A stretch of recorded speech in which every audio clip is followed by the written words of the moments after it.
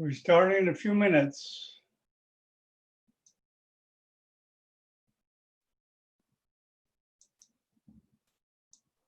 Okay, thank you.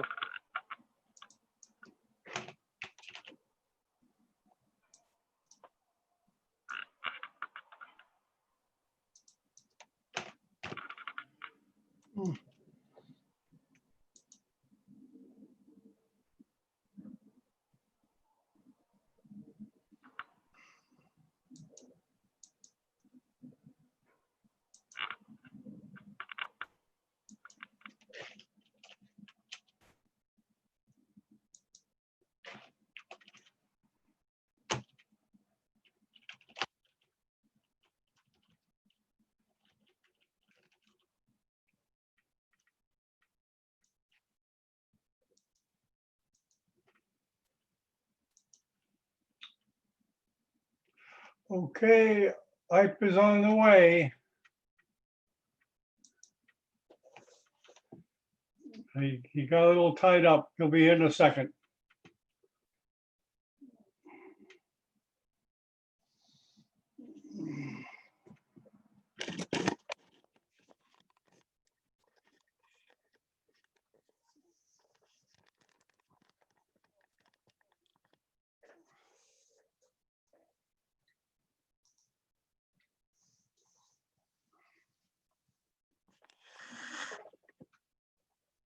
Hang in there.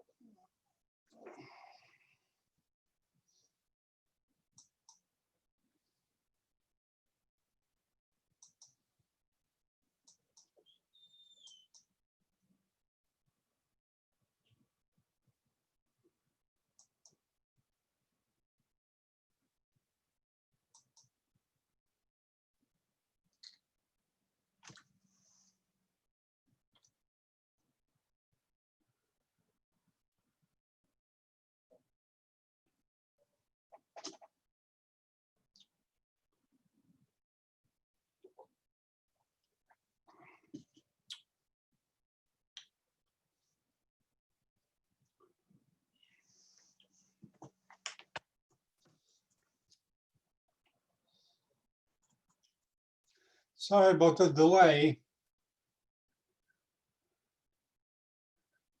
But I texted with Iype. He's just got a little tied up. He'll be here shortly.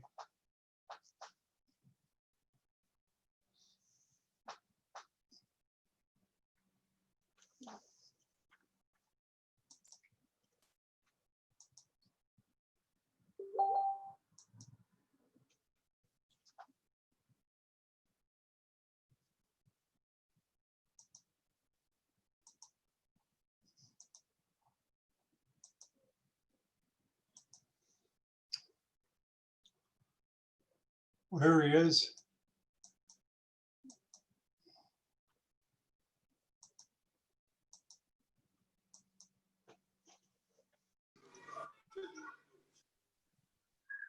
Hey, John. Hey, All good? how you doing? Let me get off this here. John, I'm trying to share a screen.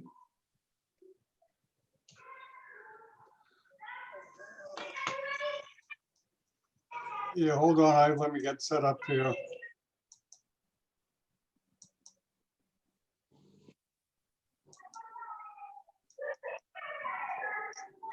Okay, let me introduce you first, Iype, okay? No. I'm not doing the first lecture. The first lecture is being done by Narayan. Oh, okay, So all just right. checking. All right, we'll just wait. Yeah, we'll just wait. Yep. Because it's supposed to be starting at 6 p.m. IST. So I guess It's in not, another it's 6, 8 minutes. isn't it 6 p.m. now, ISP? Yeah, it's going to be 6 p.m. I guess I'll ask Narayan to join up. Okay. But you're able to see my screen? Yes, it's a bunch of screens. There we go. There we go. Okay.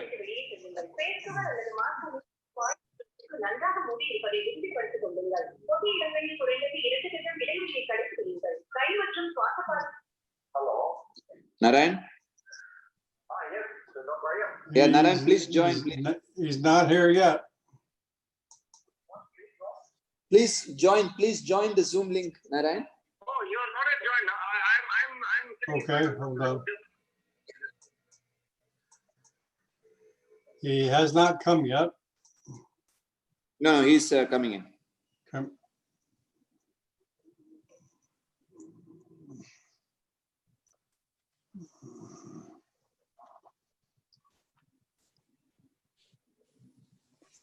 Okay. So, yeah, I'm on.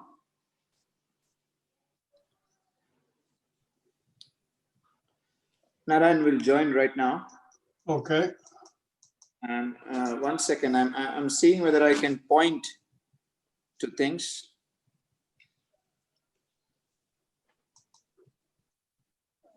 Okay. Can you see my pointer? Yeah.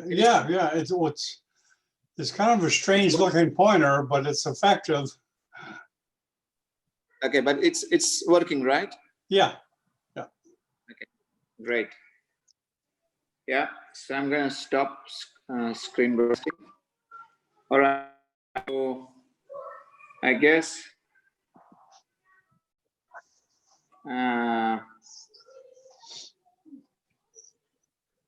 okay, so I guess Narayan is coming in right now. Okay. Today we are planning to start. We are planning to do a lecture on the cavernous sinus. So Narayan is going to do an endoscopic aspect, and I'm going to do a microscopic aspect. So we're going to go heavy on dissection so that people understands what we're doing, and then we're going to talk about the segments of carotid as well as different cavernous triangles and how we approach them, and what's the importance of transcavernous approach. So that's what we're going to do today. Okay. Yuha's here. Hello, Yuha. Hello, Yuha. Yuha, You at the computer, Yuha? He may have just checked in and got a coffee or something.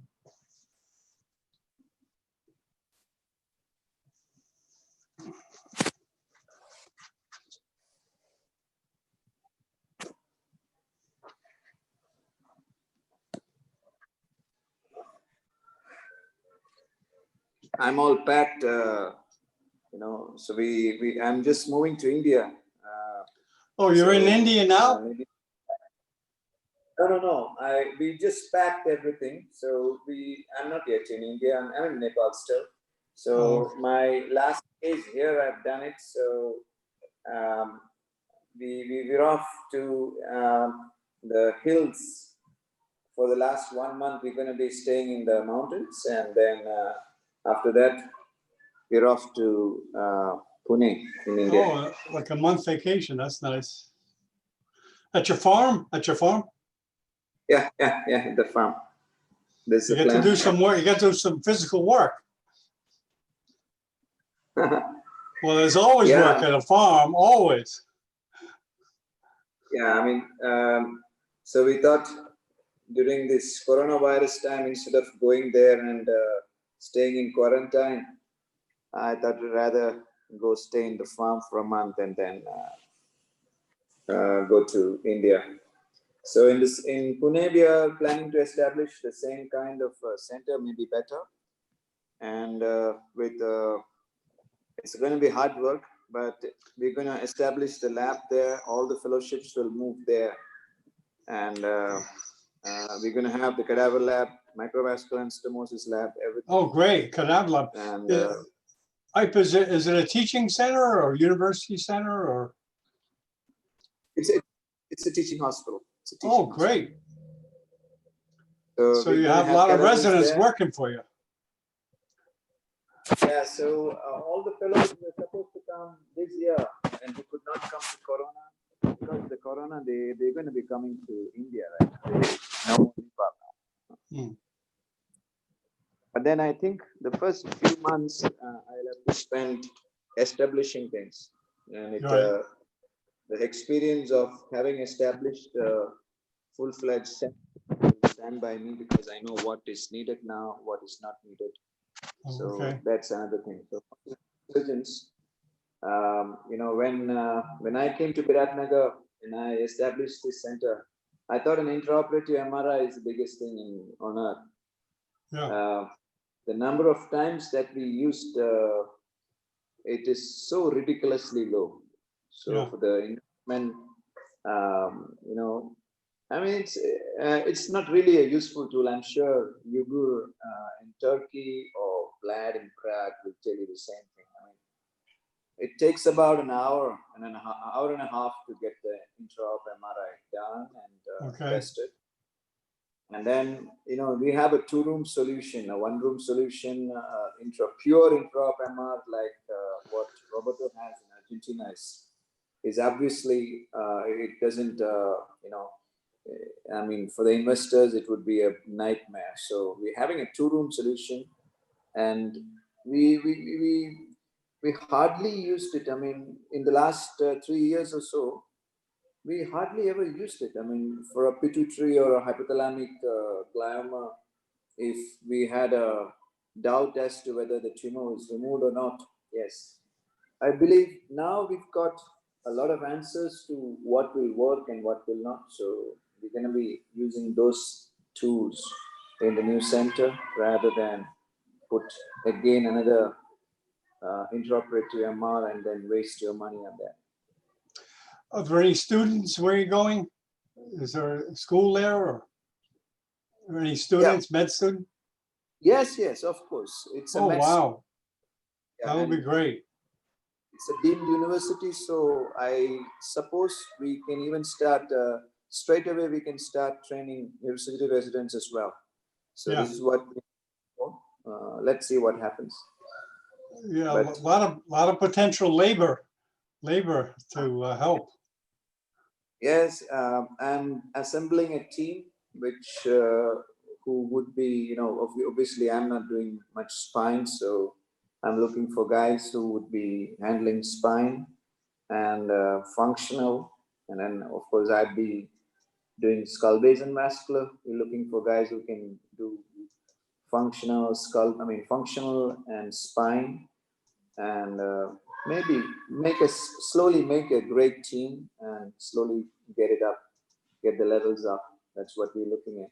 Let's see what happens. Yeah, okay. Well, As sounds like a challenge.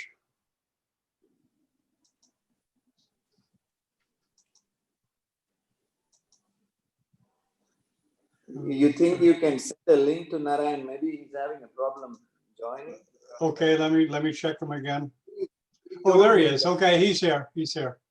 Is there? Yep. Fantastic.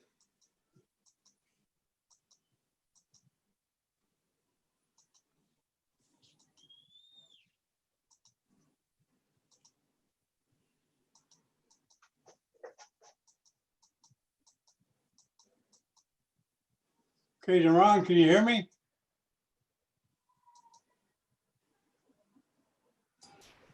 Hello. Hey, how you been, Naran? Hi, how are you? It's It's good a to see pleasure. you. Narayan. It's good to Yeah. see you back in action. Yeah. Long time, huh? Okay, we'll start right away. Okay, Naran? Let me introduce you first. Okay, 10, 9, 8, 7, 6, 5, 4, 3, 2, 1. Good morning from Miami Beach. This is Dr. John Bennett for Neurosurgical TV. We have an episode of that was put together by Iype and Naran on cavernous sinus surgery for dummies. I'm interested to hear about that. Okay, I'll start right away. Go ahead, Naran, introduce yourself, please, and it's all yours. So good evening, everybody. It's a pleasure again to be with you all. And I really thank Professor Iype for this opportunity, which he has given me, and also Professor John for having given this opportunity and this dais to me.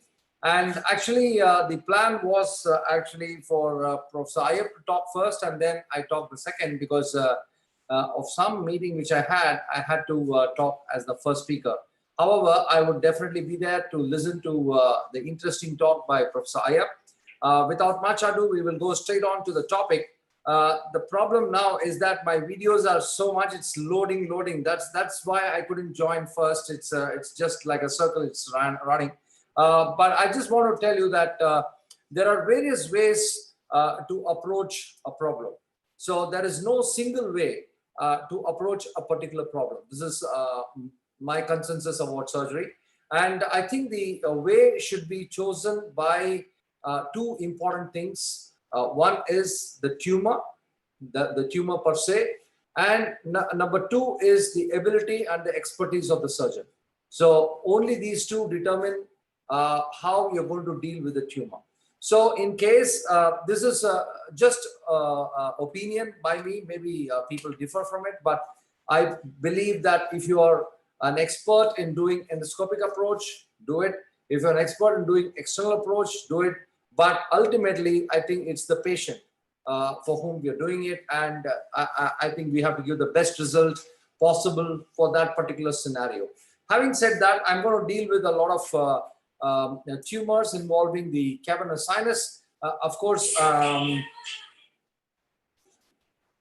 now let us go on to screen share.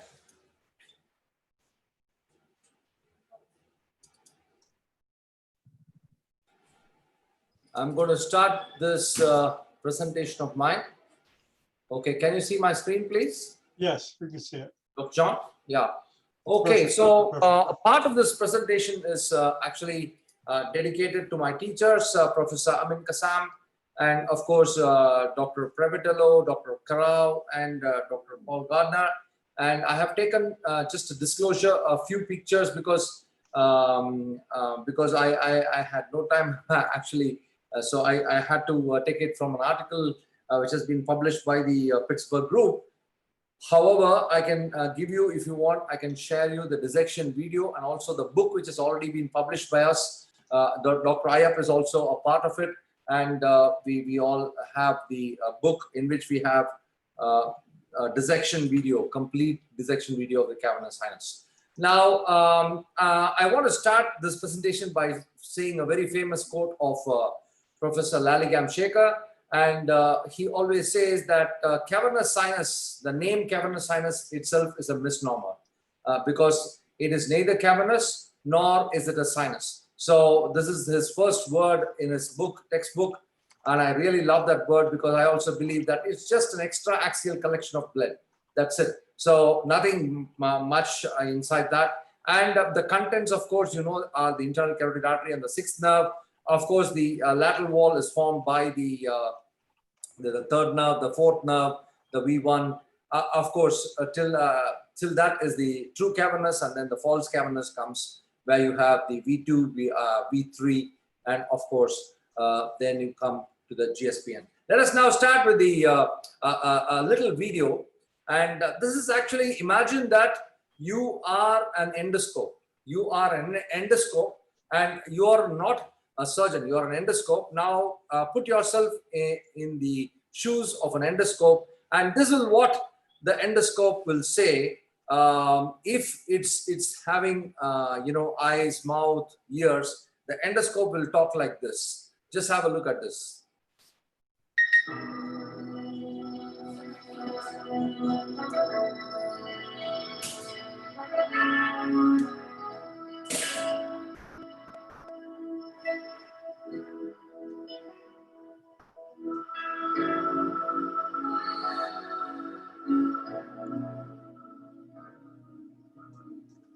There comes a time when we heed a certain call, when the world must come together as one.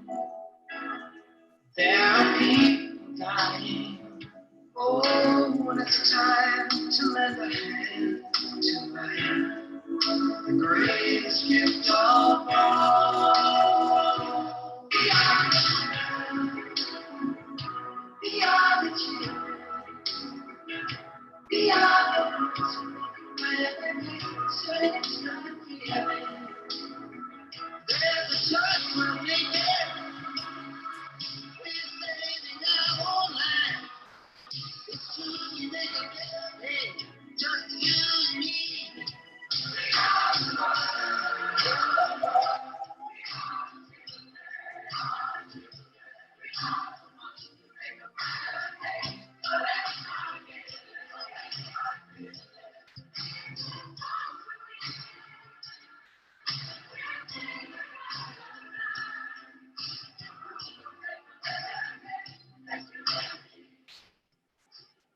Okay, so that is actually a story of an endoscope. Actually, the endoscope says that, now, at least in our center, we do everything endoscopic. We do small ports, we do retrosig endoscopic, and we do so many surgeries endoscopic. Just put in an endoscope and start operating. I think that's actually coming up in a big way all over the world. I'm sure that everybody who is used to a lot of endoscopic work would definitely be convenient doing endoscopic work. Okay, well, having said that, just the anatomy of the sphenoid endoscopically seen, you can see that the intersphenoidal septum, and you can see that the intersphenoidal septum goes and inserts itself to either the medial opticocarotid recess, the optic, or the carotid. That's the clinoidal part of the carotid, and that's the lateral opticocarotid recess, which is nothing but the pneumatization of the optic strut. Okay, now this is the anatomy of the sphenoid sinus. We have compartments, which is called the median compartment, where you have the planum, the tuberculum, the sella, and the clivus. Of course, this is the midline anatomy. But the paramedian anatomy of the sphenoid sinus is where you have the paraclival carotid, the paracellar carotid, and of course the clinoidal carotid. So, of course, we have a lot of terminologies to have on the carotid. Some people name it as C1, C2, C3, C4, and etc. But in endoscopic perspective, we just have the in endoscopic, we have the parapharyngeal, we have the petrous, and then the paraclival, the cavernous, and then the clinoidal, and then the intradural. So these are the segments we usually describe when we describe the carotid. And I think when we are doing cavernous sinus surgery, we should be very, very thorough with the knowledge of the carotid, because the carotid is actually the mother of all surgeries in the carotid. So in the cavernous sinus. So here we are. So the lateral, of course, will have the cavernous apex, the V2, and the OCR. Now let us go on to seeing what is the cavernous sinus. You can see here the carotid very beautifully here. That's the clinoidal part of the carotid. It's because it's between the anterior clinoid and the middle clinoid, not the posterior clinoid, the middle clinoid, and then it goes intradural, and you can see the sella, and that is the cavernous sinus for you. We have taken off the latex. Of course, this is the picture from Pittsburgh group. I acknowledge them, and you can see here that's the sixth nerve, very, very clearly lying right over the V1. So that's the third nerve. The fourth nerve is there, and you have various triangles. Of course, Dr. Iype will be talking about all the triangles in great detail. But endoscopically, what we can do is we actually divide this cavernous sinus into various compartments. So that is how we divide this cavernous sinus, and you're going to see how we're going to divide it. Of course, just to talk about the carotid, that's the clinoidal carotid, and the continuation of the anterior genu of the internal carotid artery, and the it's superlateral to the lateral optical carotid recess, extends till the middle clinoid. The cavernous part is has got three components: the vertical, the horizontal, and the anterior genu. And the posterior genu is between the median and the now you can see the compartments are number one is the paracellular carotid actually divides it into various compartments. See, that's the and the cavernous carotid. You have again the carotid, which is very beautifully seen. You can see here the oculomotor triangle is here. That's the oculomotor triangle. This is the meningohypophyseal trunk. You can see that you have three branches of the meningohypophyseal trunk, namely the inferior hypophyseal artery, and then you have the dorsal meningeal and the tentorial branch. You can actually dissect all these branches when you are doing cavernous sinus surgery endoscopic, and you can see definitely that the cranial nerves form the lateral aspect of the cavernous sinus. Now let us go on to divide it into compartments. So how is the cavernous sinus divided? It is divided into four compartments. Number one is the superior compartment. And what are the boundaries of the superior? Is essentially, actually, I have a simpler classification. Maybe we have not published it. We actually classify it into a medial compartment. In medial compartment, we have supromedial and inframedial. That's it. But the Pittsburgh classifies it into a superior compartment and an inferior compartment. Of course, the superior compartment is nothing but the Pernick's triangle, where you have the oculomotor nerve there, and it's actually the roof of the cavernous sinus. This can be easily approached by just chasing the tumor along the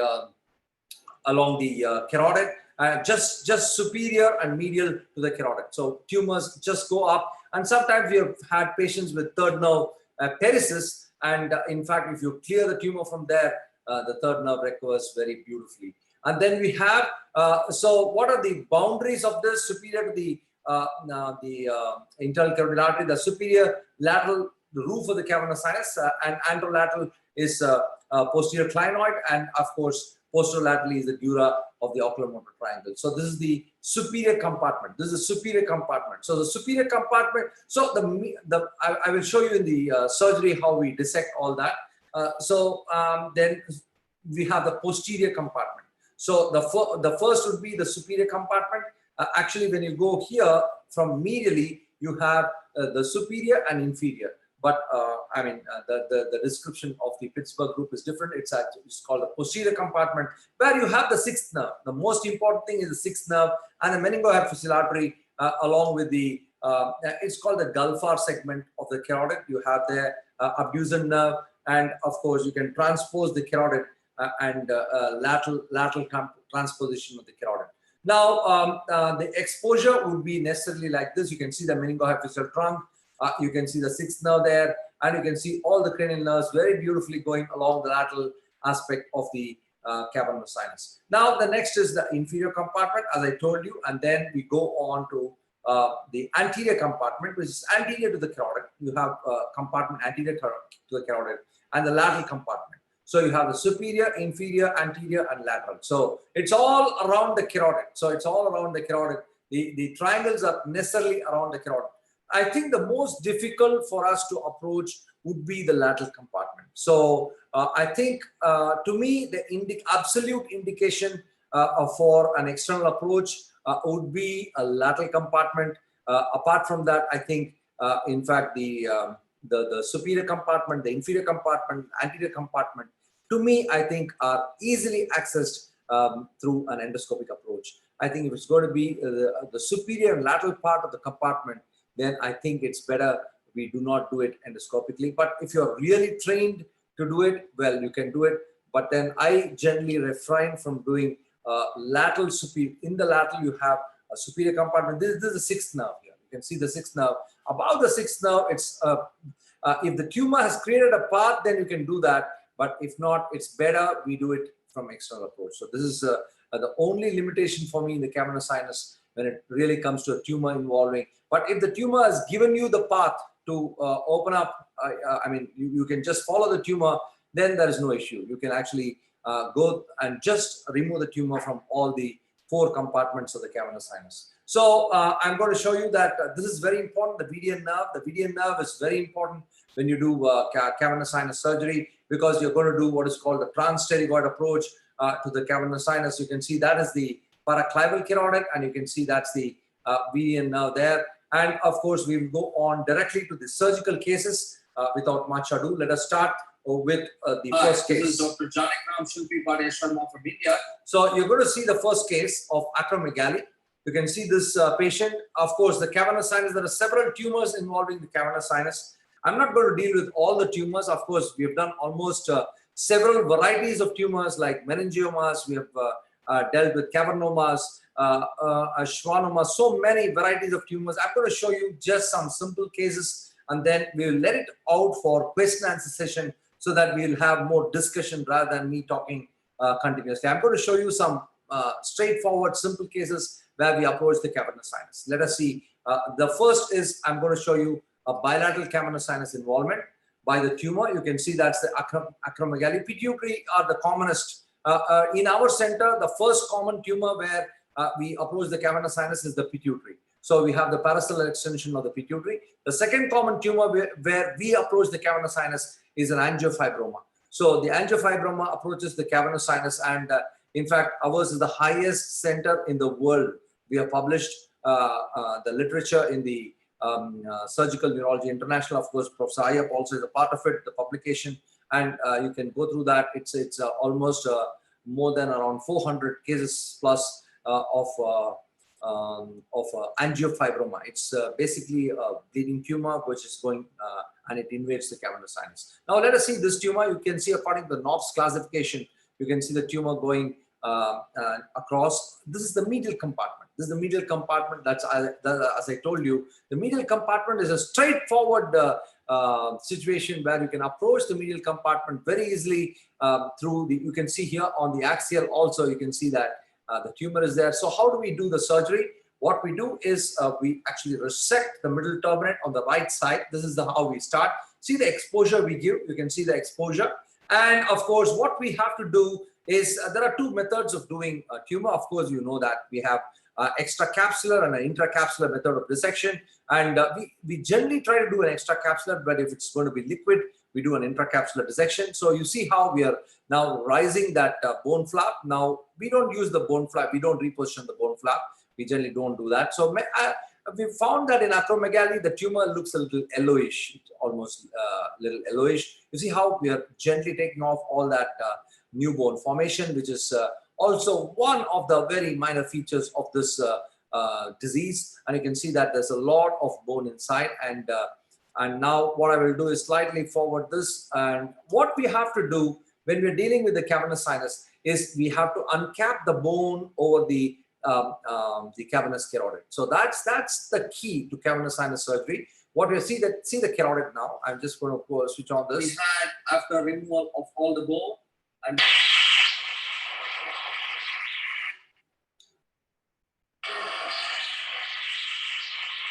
so that's, I think, the magic wand. I call the magic wand for cavernous sinus surgery. You have to have a carotid Doppler and completely uncap the bone over the carotid on both sides. Unless you do that, that's for the medial compartment. This is for the medial compartment, not for the lateral compartment or the anterior compartment. We do a different approach for that. Now, I will show you that also, but this is the approach for a medial compartment involving the superior or inferior aspect of the medial compartment. Of course, you can see what we do is we trace the carotid. First of all, the basic principle is to trace the carotid. And then what we do, see a perfect four-handed technique. You can see here the suction on the left hand, the right hand clearly uses scissors, rotatable scissors, and then use an elevator. This is called the Rosen's elevator, and gently elevate the endosteal layer of dura. You see how beautiful it is coming out. And then what we do, it's a liquid tumor. It's a straightforward liquid tumor. Of course, the difficult tumors are going to be chordomas, or these are, chondroid tumors are a little difficult when we do it along the cavernous sinus. But I have a lot of them, but I'm not going to show many of them because I didn't get ready with all those cases. Basically, that was the reason. Now, what we are going to do is to suck the 6 o'clock position first. That's the 6 o'clock position. Use the 2 suction technique, and you've already started seeing the carotid artery. This is the carotid artery. That's the inferior hypophyseal artery here, very clearly seen there. And we are going to gently suck it. You can see that. Now, let us see what I was talking about. Wait, I'm just going to pause this and show you. Okay, here. And this is going to be the anterior compartment. I hope you can see the cursor, Professor John. This is going to be anterior to the carotid. That means it's going to be the anterior compartment. And that is actually the paracellular carotid. And that's the medial compartment. In this, it's divided into superior and, of course, according to the Pittsburgh, inferior. But I always call it the medial, supromedial, and inferior compartment. So this is easy to remember. If the tumor goes up, you can clearly see, according to the scan, plan the surgery. Okay, this is going towards oculomotor triangle, and you have to dissect the Wernicke's triangle. It's straightforward. So there's nothing big about it, or you have to plan your surgery before. You see, that's the carotid. That's the anterior compartment. You see here? So for the anterior compartment, what you have to do is to take off the, see what I'm trying to do. I'm elevating it, and I have to resect the dura in front of the carotid. I'm going to resect the dura in front of the carotid. That's exactly what we have to do for an anterior compartment involvement. So that's anterior CC now. I'm using what is called the acoustic knife. You can see that's the resection of the dura in front of the carotid artery. So this has to be done for an anterior compartment tumor. That is point number 1. And you can see here that once you do that, I'm now just using a little wick and taking off the tumor. Beautifully seen the branches of the inferior hypophyseal artery, the carotid artery, and the left cavernous sinus. Now let us see the dissection now. How we dissect, you can see here, that's the dorsum sellae here. And of course, this will be the supromedial compartment. I'm going to show you the dissection very shortly. That's the right side. And again, I'm see how I'm resecting the dura in front of the carotid. This is the dura in front of the carotid. Be very careful when you do that. And then what we'll do is use the cavernous sinus. See, that's what I call as the supromedial compartment. See, that's carotid. This is superior to the carotid, and that is the supromedial compartment. So you can chase the tumor. Of course, you have to lateralize the carotid here. That's called the lateral carotid transposition. And it is simple. You just have to either suck or dissect there. It depends on how the consistency of the tumor is. If it's going to be a chordoma, we actually try to dissect it with a pair of scissors. And if it's going to be a liquid tumor, you just have to suck it. But you might ask me that if you suck it, you might injure the oculomotor nerve, the third nerve, but no, it is actually protected by the interclinoid ligament. That's actually the interclinoid ligament, which is very clearly seen. That's the Wernicke's triangle. And believe me, the third nerve recovers so well. If you actually decompress the third nerve, it beautifully recovers if it's paretic, and it's actually a rule that it recovers in most of the cases if you clear the tooth. That's actually the posterior lateral recess on both sides. This is something called the hidden area. When you do pituitary surgery, we should be very careful not to leave behind tumor there. And of course, we are now taking off both posterosuperior recesses. That's the dorsum sellae. That's, of course, the diaphragma. You have the normal gland. I'm going to show you that. You see that I'm clearing both the carotids are like this, very clearly seen. That's a supromedial compartment. See, that's the final view you get. See, that's a area of the stalk. That's the normal gland, vascularity, yellowish in color. That's the normal gland. Both sides carotid completely. That's the cavernous sinus completely dissected there. I mean, there is no difficulty at all in doing it endoscopically. Absolutely, when there is cavernous sinus involvement, to me, I think it is actually a cakewalk if it's again going to be a liquid tumor, especially a pituitary. Now, I'll show you another case, a very a nice case. I'm going to show you that this patient actually presented a headache and diminishing vision. And the pre-op MRI showed involvement of the retrogenu region. So sorry about that. I'm going to go back. Okay, now what I'm going to do is to show you that this patient had a cavernous sinus involvement and it was going towards the retrogenu. This is one of my early cases. Of course, this is not the 4K camera which we use now, This was normal HD, not even the spice. Now, what we do for this case is, you see here, this is involving the retrogenome, means what I call as the inferior compartment according to the Pittsburgh, but I call it the inferomedial compartment. So the medial compartment has got a supromedial and inferomedial. And inferomedial is the sixth nerve, related to the sixth nerve. The supromedial is related to the third nerve. Now, it's so easy. It's a very clear anatomy. Now, what I will do is I'll just try to drill around the median nerve and then get at the median. And you see here, that's the exposure we give. It's one of my early cases. That's why the quality of the picture is a little HD. But now we do it with a 4K. Now, here we are. Now, that's the carotid. I'm now removing the bone over the carotid artery. Why? Always when there is involvement of the cavernous sinus, you have to uncap the bone over the carotid artery. This is a rule. See how the carotid is coming into view. And I feel don't use punches. This is my view about it. There are some surgeons who use punches, but to me, I think it's a little dangerous to use punches. I'm going to show you a case of a carotid injury as well. So we've also published that along with Professor Karau and also with Professor Paul Gardner of Pittsburgh University. That was a good publication on internal carotid artery injury. Now, this is actually the suprasellar extension. What we do is we do a transtubercular approach, remove the medial opticocarotid recess. This is the MOCR. It's called the MOCR. See how I drill that?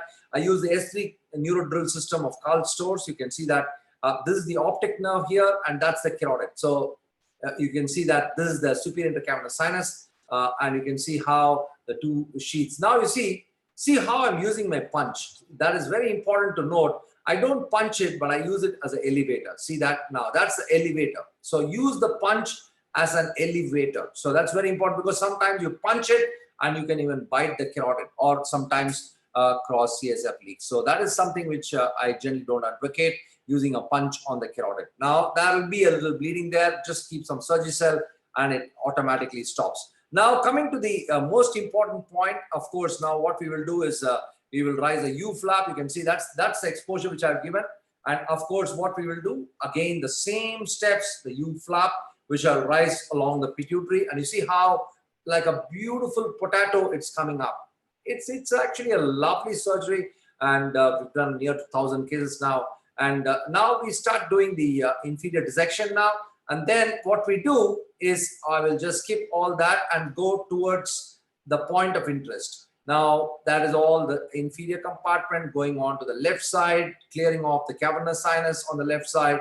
Now we will go on to the right cavernous sinus. Now you see, this is a very important instrument, the elevator. And what we do is we elevate it, see the carotid. Now this is the carotid. This is the carotid. You can see the carotid very clearly. And the tumor is going inferiorly. So that is inferomedial compartment. And what we do is we move the carotid laterally. So we move the carotid. Let's see what I'm doing now is I'm now clearing. That's a carotid. This is inferomedial compartment. That's very important. So you have to read the scan. Of course, I just put in one cut, but you see the dura of the clivus. You can see that very clearly. That's actually the inferior compartment.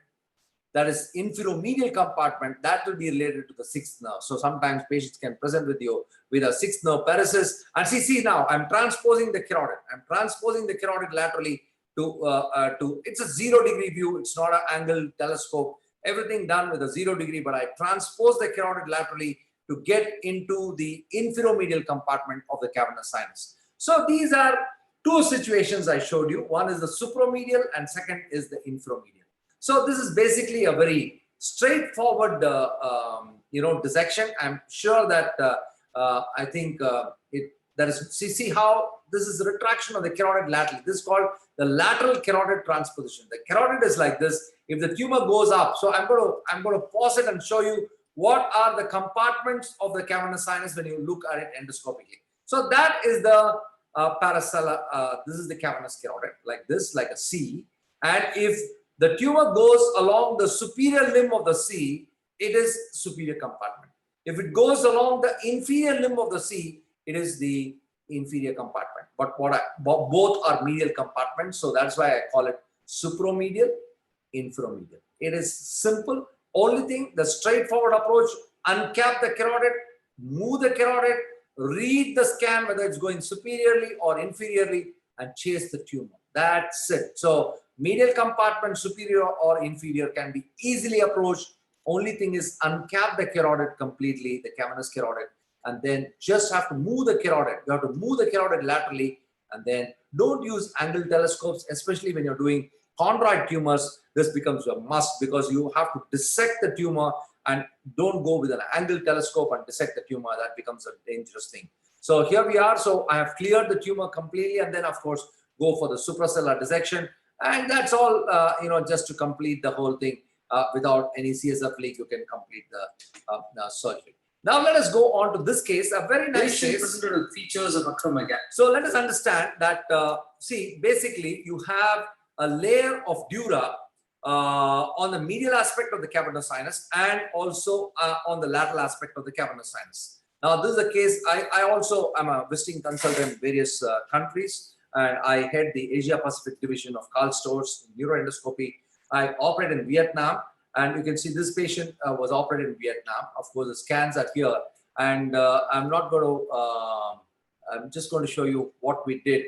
So this is the same, almost the same. Take a rescue flap or a Haddad flap, whatever, and then this is the exposure of the tumor. Now this is the exposure of the tumor. This patient had an involvement of the cavernous sinus on the left side. So this is the involvement of the. So what you have to do, the principle again, uncap this carotid. So uncap the carotid. This is again a medial compartment, but I just want to tell you that you see here, I'm just going to show you how we did this. You can see that's the exposure which we gave. It's a clear-cut exposure, wide exposure from the optic top. Whenever you're dealing with the carotid, especially get a bigger exposure. Don't narrow your exposure, because you need to you need the drill to move like a paintbrush. You need to move it like a paintbrush. So that's very important to actually nicely remove a lot of bone. And the tumor was actually eccentrically placed. Generally that happens in acromegaly. So you have eccentrically placed tumor. This was normal gland. I'm going to show you how we dissected that from the normal gland. On the right side was the normal gland, left side was the tumor going inside the cavernous sinus. I was talking about the layers of the cavernous sinus. We have two layers of dura covering the cavernous sinus. One is the endosteal layer, and second is the meningeal layer. But I will show you now. Usually what happens is the tumor, especially the pituitary tumor, pituitary macroadenomas, they push the meningeal layer.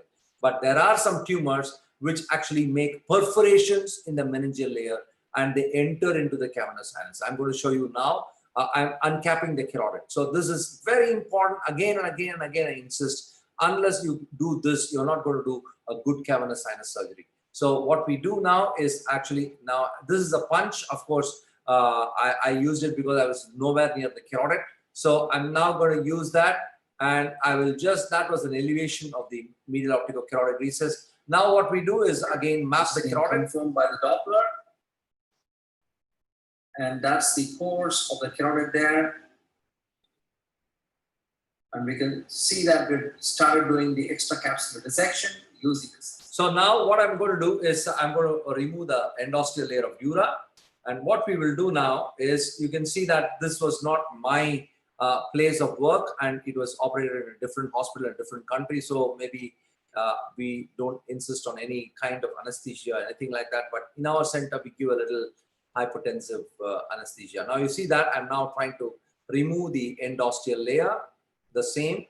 And then what we do is, you see that this is normal gland and that's tumor.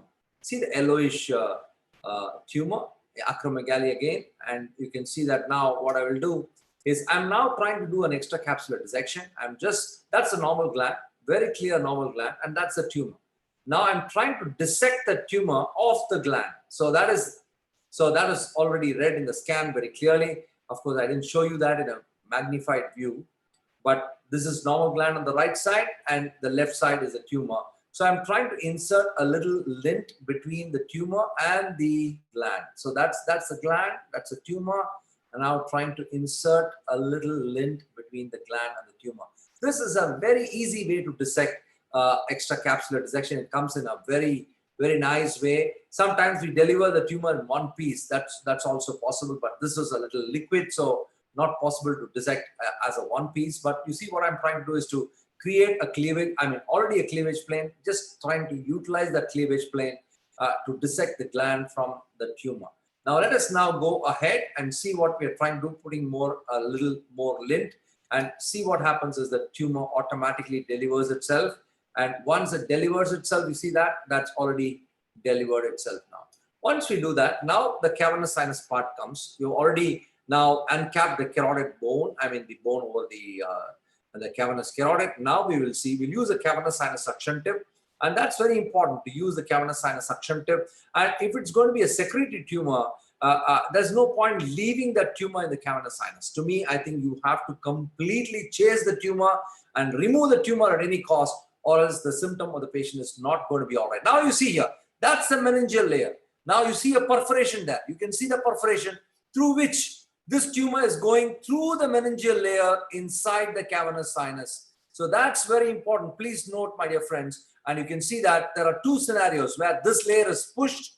The second scenario where there is a perforation in this. That also happens in the diaphragma. We have seen that beautifully, a perforation in the diaphragma. You see here, this looks like a clear-cut perforation through which the tumor has entered into the cavernous sinus. Now what we will do is we will enlarge this perforation. We will take our scissors and cut off this meningeal layer of dura.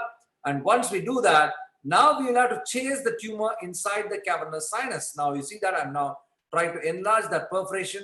And then what we do is we start dissecting the cavernous sinus. Now you see here, we are now trying to dissect it. So the medial compartment dissection does not involve any problem at all. There is no problem for the cranial nerves.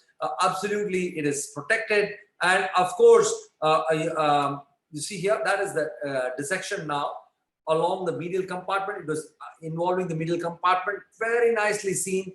You see how we can clear millimeter, micromillimeter by micromillimeter, all the tumor away from the medial compartment. That's the superior part of the medial compartment. That's the inferior part of the medial compartment. Between the carotid, this is the C of the carotid, and between it, you can see how nicely we can remove the tumor, and you can actually make yourself very sure because the endoscope goes right inside. You can go right inside and actually get a very nice view through the endoscope, and you can actually go it's all by 0 degree. Don't use a angle telescope to operate in the cavernous sinus. I don't advocate that at all, because if there is bleeding, then you can't control the bleeding. Of course, you may ask me, what happens to this bleeding? So there's one thing which I want to always tell you, that if you have a tumor in the cavernous sinus, especially pituitary or whatever tumor, a JNA or a chordoma or any tumor, all the sinusoids of the cavernous sinus are compressed. And when you remove the tumor, there is a bleed. There is a bleed. So if I don't see a bleed, in a tumor of the cavernous sinus, that means you have not cleared the cavernous sinus. This is very important. And that is called a healthy bleed. It's called a healthy bleed. That means you should see bleeding. That means you have finished the tumor clearance. That is most important. People say, oh my God, there's no bleeding, I'm very happy. Then you have not cleared the tumor. That is very important. So you have to see bleeding, and that's called the healthy bleed. You can see the interclinoid ligament. All that can be very, very clearly seen. And another thing is, we use sometimes Surgicel or a Surgiflow or a Flow Seal. What has happened is, when I used Flow Seal or Surgiflow, in some cases, there can be a compression of the third nerve. We have found at least now 3 or 4 cases where we had a temporary third nerve paresis, which recovered after 3 months. So be careful when you pack the cavernous sinus, because you're going to land up in compressing the cranial nerves of the lateral wall of the cavernous sinus. So that is very important. I'm placing a Haddad flap, nasoseptal flap, and we have closed the carotid. Always close the carotid when you open or uncap the carotid. Always close the carotid. Now let us see this patient, a very nice case actually. Yeah. This is a case, of course, a little sort of, ENT tumor, adenocarcinoma involving the carotid, the cavernous sinus as well. So now that's a big tumor. And what we did was, we are trying to, that's the cavernous sinus involvement. The carotid was involved. So what we did was we removed the tumor, and at the end of the surgery, you can see that. I'm just going to show you. Oh my God. So, okay, let's go to the next case. I'll show you that. Now, this is a case of a patient headache and sixth nerve palsy. Already patient had sixth nerve palsy, had a pituitary surgery, macroadenoma, given gamma knife, and and what we do, this was involving the lateral compartment as well as the anterior compartment. So I finished the medial compartment. I'm coming to the anterior compartment and the lateral compartment. Now, how do you dissect a fibrous tumor engulfing the carotid? Now, you see that's the tumor. And what are the compartments involved? You see here, this is the lateral compartment. And if you have a tumor anterior to the carotid, that's the anterior compartment. So for this, the whole scenario is different. You have to do what is called a transpterygoid, transmaxillary transpterygoid approach. So that is the approach which we have to do. And I'm going to start this surgery. So you can see here, that's the tumor going right there along the anterior and lateral compartment of the cavernous sinus. We do what's called the transmaxillary approach. So we drill the posterior wall of the maxillary sinus. This is the maxillary sinus. We drill the posterior wall of the maxillary sinus first. And then what we do is we cauterize the sphenopalatine artery. We, of course, sometimes we coblate it or we cauterize it with a diathermy. And once we do that, we are right on the pterygoid wedge and we drill the pterygoid wedge. That's the median nerve. You can see that's the median nerve. And we're drilling all around the median nerve. You can see that we are now drilling it. Now we have to get an access to the whole lateral compartment of the cavern. So that's the carotid here. And we've got a beautiful access. That's the V2. That's the median, between the V2 and the median, and then make that incision on the endosteal layer. So that's the carotid here, and you've gone far laterally. To me, I think this is a straightforward approach. I will not, honestly speaking, if a patient is there with a cavernous sinus tumor, at least on the accessible areas, not the supralateral compartment, but if it's just the lateral and the inferior compartment or the anterior compartment, I would personally advocate endoscopic approach. This is what I would advocate, but it depends on, again, I told you, the surgeon's expertise. Now, what I'm trying to do is this is a very, very, I'm just taking off the dura. So then what we do is what is called the extracapsular dissection. This is the extracapsular dissection. We are now going, already patient had a sixth nerve palsy. No way he's going to recover from that. So long time, maybe already gamma knifed and 2 times operated already. And of course, a transcranial approach was done for this case. And it's, I think if a patient is operated by Professor Iype, then definitely then I would get operated transcranially, of course, because of his expertise. It all depends on also your expertise. Now, what I'm going to tell you is that we are now using, you see what I do is I just dissect the tumor anterior to the carotid. So this is the lateral compartment dissection. As I told you, the anterior, this is anterior to the carotid and that's lateral to the carotid. So I'm showing you, I showed you the medial compartment, supromedial, infromedial, and now I'm going in front of the C. In front of the C is anterior compartment. Lateral to the C is the lateral compartment. It is very simple. There is no, complications here. It's the same applies to a chordoma. The same applies to a meningioma. It's going to be just the same. This dissection is going to be the same. That's the carotid here. You can see the carotid, very clearly seen carotid here. So this tumor is going lateral to the carotid. And what we do is we start dissecting the tumor from lateral to the carotid. So this is just gentle dissection of the tumor lateral to the carotid. And now I'm using what is called a reverse elevation. We also sent a publication on how to do what is called the reverse curating. So we don't do the forward curating generally for a pituitary. We do a reverse. You see that that's a carotid now. This is the carotid going towards the paraclival carotid. That's a stellar carotid. So you can see the close-up view of the carotid right in the center. This is the carotid. And you can actually clear the tumor. See that? See the compartment? Lateral compartment, anterior compartment, completely clear.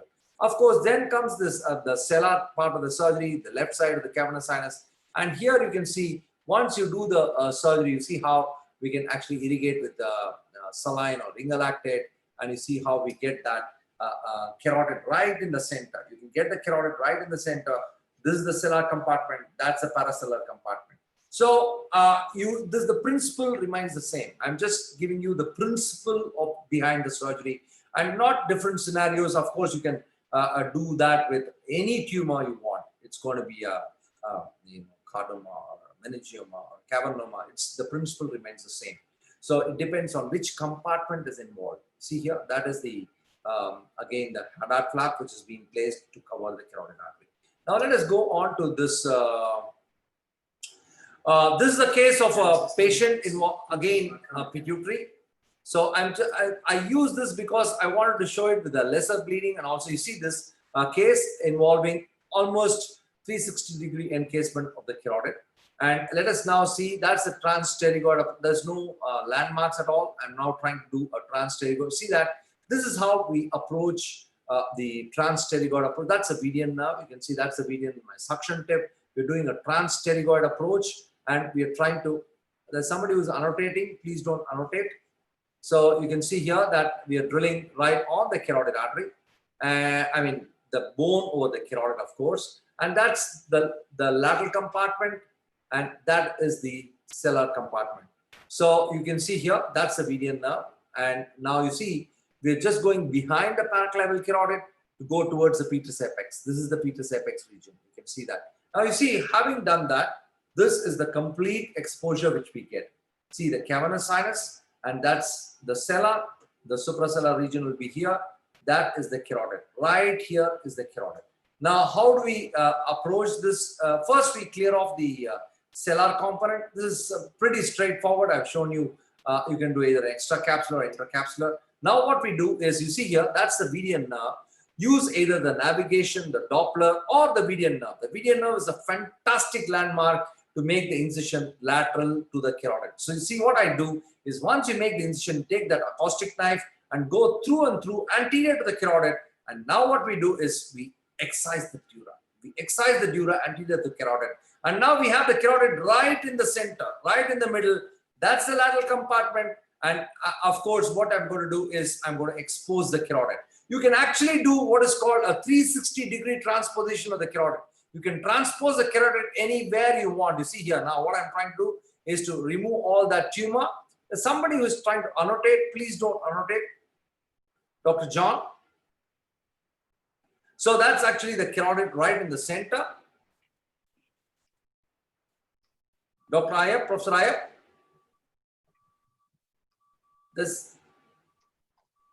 How do I remove these annotations? I'm not sure, because it's see now. Naran, can you increase the size of the cursor at all? Is it possible? I'm not able to. Okay, don't worry about it. Don't make a big deal. That's fine. That's fine. But there's some annotations going on here. No, so it's very clear over here. I think it's only in your screen. Dr. Vinod Felix here. It's very clear. Oh, over okay. here. It's only in my screen. Okay, fine. Sorry. Yeah. So then it's okay. If it's everybody's screen, then it's a little difficult. I can just see a circle, but the screen is very stable. No, I can also see some markings on your screen. I don't know what. Yeah, only some marking, but the screen is not getting rotated. But it's just a small circle and arrow. Annotations. There's somebody who is annotating that. So actually, the host should prevent. Just use that prevent annotation, because some people try to draw on the screen and things like that. But I can see some arrowhead and also some one big round. Yeah, and there is a circle type of thing. Yeah. Yes. That's actually somebody who is annotating it. Please don't do that. Yeah. The host can take charge of that.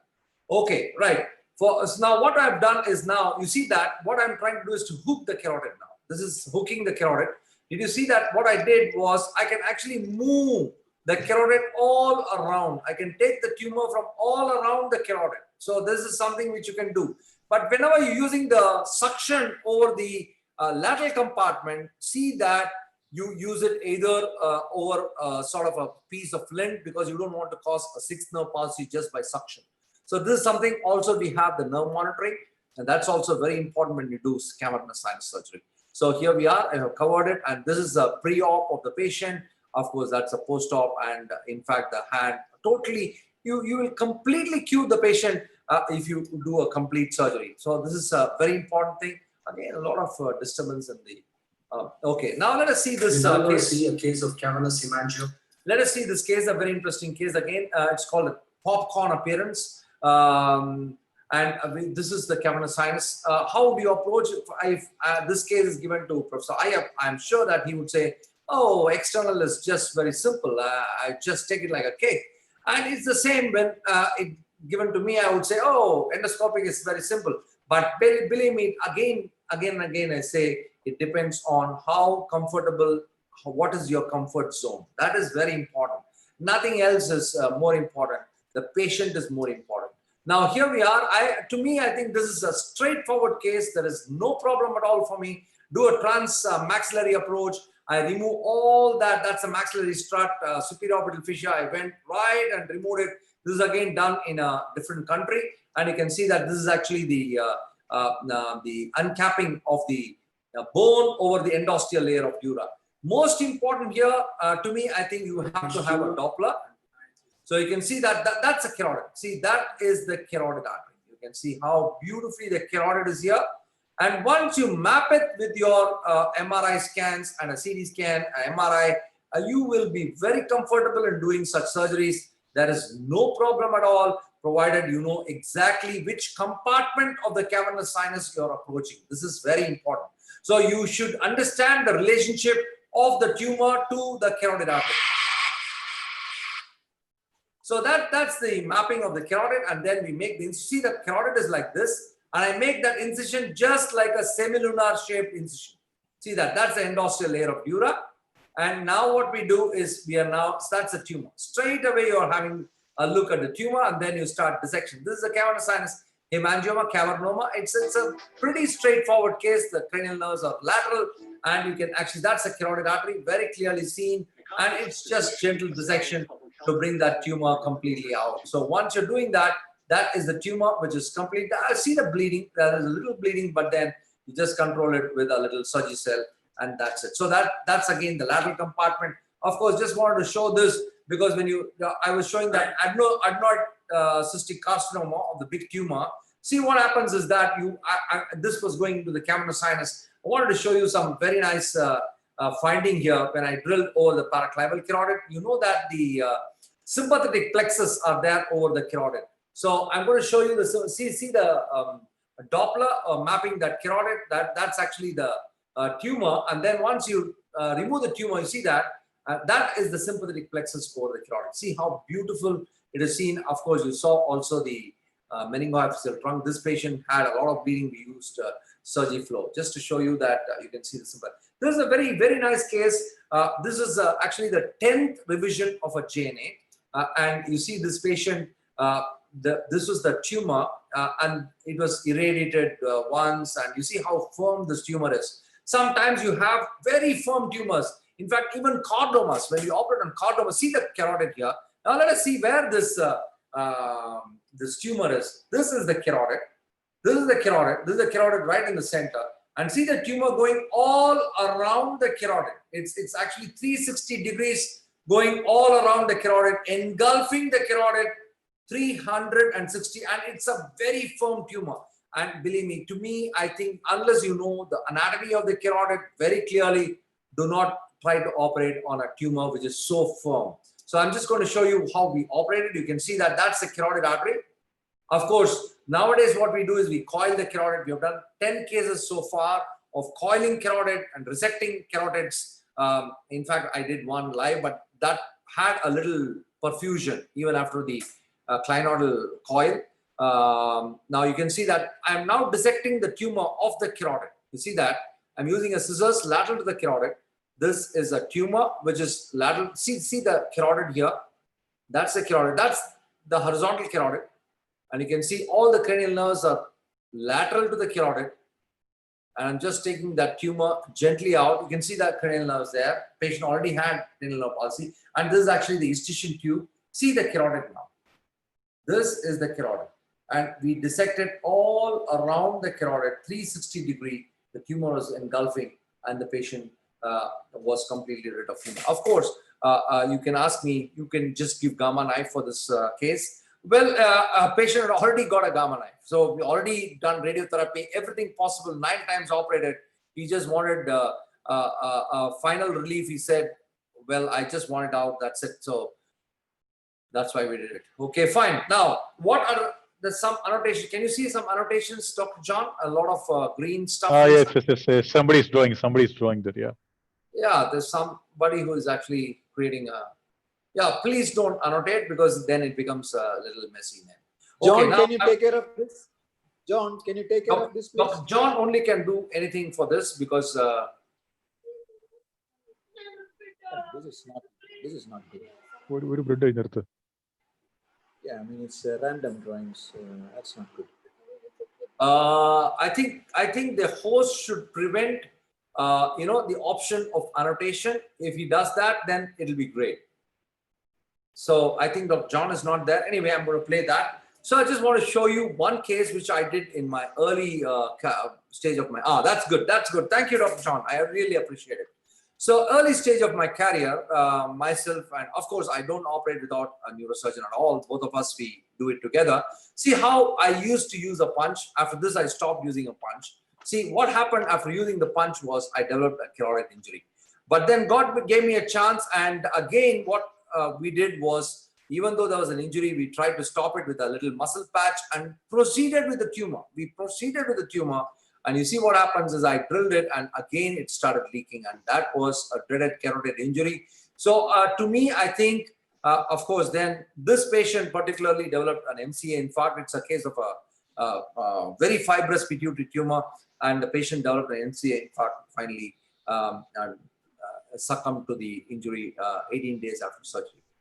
Now, I just want to finish my presentation because I'm given only 1 hour. And 6 to 7 was my timing. I thought 10 minutes for the Q&A. Of course, a variety of more tumors are there, but it's okay. So just want to say that be informed, be prepared, be smart, and be safe. More important is the safety of the patient, and not to do what I did last, and be ready to fight, of course, the carotid and the COVID. So we have 2 C's here to fight both the carotid and the COVID. Stay safe, and thank you all for this opportunity. I thank Professor Iype, who is really a great personality, and I owe a lot to him, both career-wise, academic-wise, and many things I owe to him. I really thank you, sir. And of course, Dr. John, always my friend and a philosopher and guide. Thank you very much, all of you, for your patient listening. Thank you. It's great to have you back, Naran. Hello. Okay, Yeah. Iype, do you want to take over? Yeah, Narayan, excellent lecture showing all the compartments of the cavernous sinus.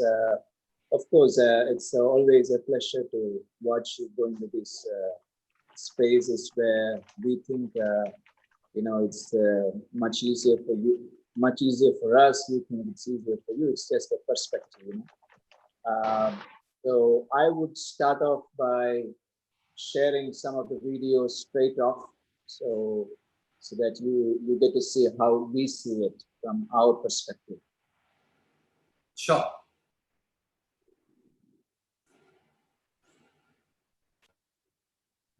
Right. So share my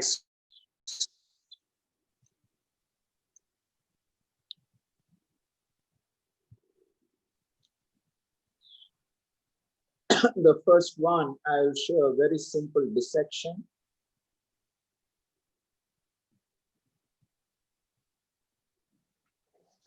So, can you see my screen, all of you? Yes. Everybody? Yeah, so we are doing a simple pterional approach, not an OZ or anything, just a simple pterional approach on a cadaver. So, here we are. After that, we go subfacial. I don't believe in interfacial, although it was popularized a lot, but subfacial is fast and easy. So we are not doing any OZ or anything. That's just cutting the temporalis fascia. So you can see the temporalis there, and your facial nerve is protected there.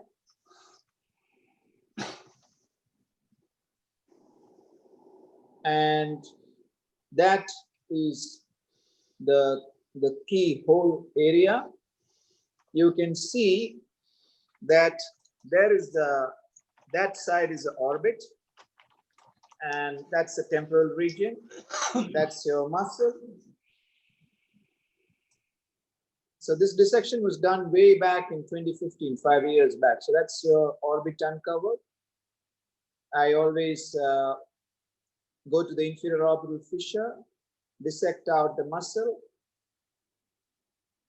and that's going to be the simple, very simple pterional craniotomy. Nothing much, nothing fancy, no OZ, nothing. Okay, so we are going to do a simple pterional craniotomy. And now we are going to start. So you can see that's the sphenoid ridge, that's your frontal lobe, that's your temporal lobe, and I'm dissecting along the sphenoid ridge. So I'm drilling the sphenoid ridge. You can all see that? Yes? Yes. Now, the last case that Narayan showed, the cavernous angioma, I mean, that was not the last case, before that. I mean, the case that the cavernous hemangioma that he showed, I'll show you where this cavernous hemangioma will be with respect to us here. Okay, so I'm going to show you that.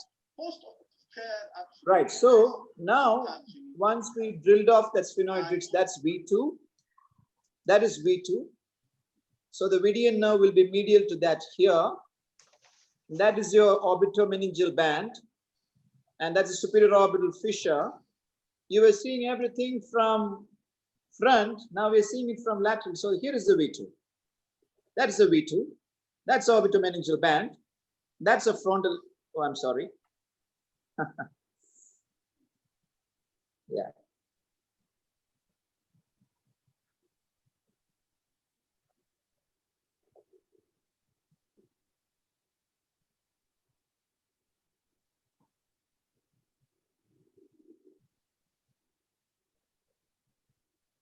Yeah, you there? So you can see the anatomy here now. That's orbitomeningeal band. That's a temporal fossa. That's a V2. Median nerve would be here. That's a frontal lobe. That's a temporal lobe. Okay, that's anatomy now that you see. And now I'm going to dissect the orbitomeningeal band and then peel. And here itself you'll start seeing the tumor. That is because you are into the cavernous sinus now. Okay, you're into the cavernous sinus. That's a superior orbital fissure. Lateral to the superior orbital fissure, that is a superior orbital fissure. We are going posterior to the superior orbital fissure, and the C3 carotid is going to be there, and you are already starting onto the cavernous sinus. Okay, so this is peeling. You are keeping the TCM, the true cavernous membrane, is intact. You're keeping it intact, and you are dissecting. So you can see the V2 very clearly now. That would be 3, 4, V1, and 6 there. That's a superior orbital fissure, going into the superior orbital fissure there. And you're dissecting the cavernous sinus now.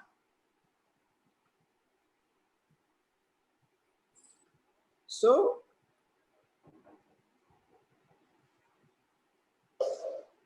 see, you are getting more on this. You can see the V1 there.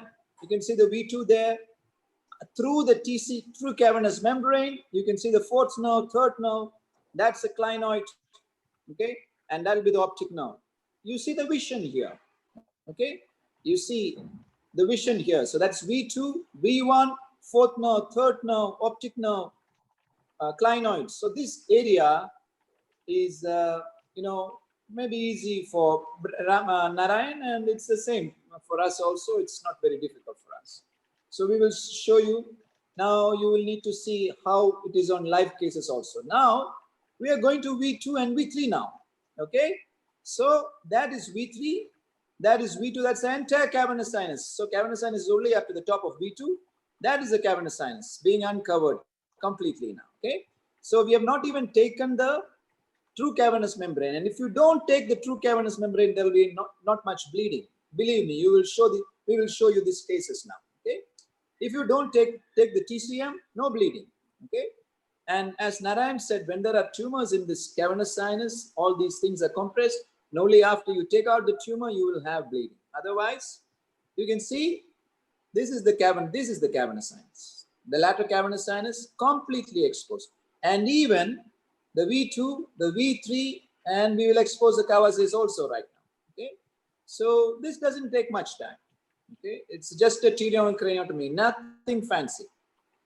That's a Meckel's, that is a Gazerian ganglion. The Meckel's cave would be here. So to reach the Petrus apex, again, we don't have to sweat too much. Okay, so the same approach, we can go all the way up to the Meckel's Petrus apex. So what you're seeing already is the Petrus apex. That is a GSPN there, and that's the Petrus apex. That is V3, and that is the Petrus apex. So that is the IAM, the meatal depression. That will be the cochlea. So we have come from optic nerve to the retrosig anatomy very fast, and transcavernous. We have come transcavernous there. Now I'm opening into the cavernous sinus. So you can see that is the V1, that is the V2. Third and fourth nerves are there. That's the sixth nerve there, and that's the carotid there. Okay, that's lateral to the carotid. So the lateral compartment, entire lateral compartment is laid bare. So that is the Parkinson's window. So you have the window between the V1 and V2. V2 and V3, I mean, between V2 and V3 is not actually cavernous sinus, okay? And this is behind the V3. This window is behind the V3, medial to the Gazerian. Lateral to the Gazerian is here where you find the eustachian tube. And here you will find the carotid, C6 carotid, the Petrus carotid, okay? All, this is a transcavernous approach. Okay? Now we are going intradurally. This is an added advantage. You want to go intradurally, that's your optic nerve, and that's your intradural carotid. Okay, that's your intradural C2 carotid. So you have the 3/4 nerves here. I have preserved the TCM over them. That is V1, that is V2, that is a Parkinson's triangle, and you have the intradural carotid also there. Okay. Now we're going further. I'm drilling off the clinoid process.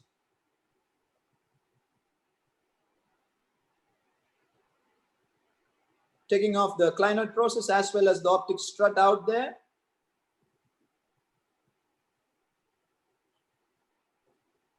That's the clinoid process, optic strut taken out.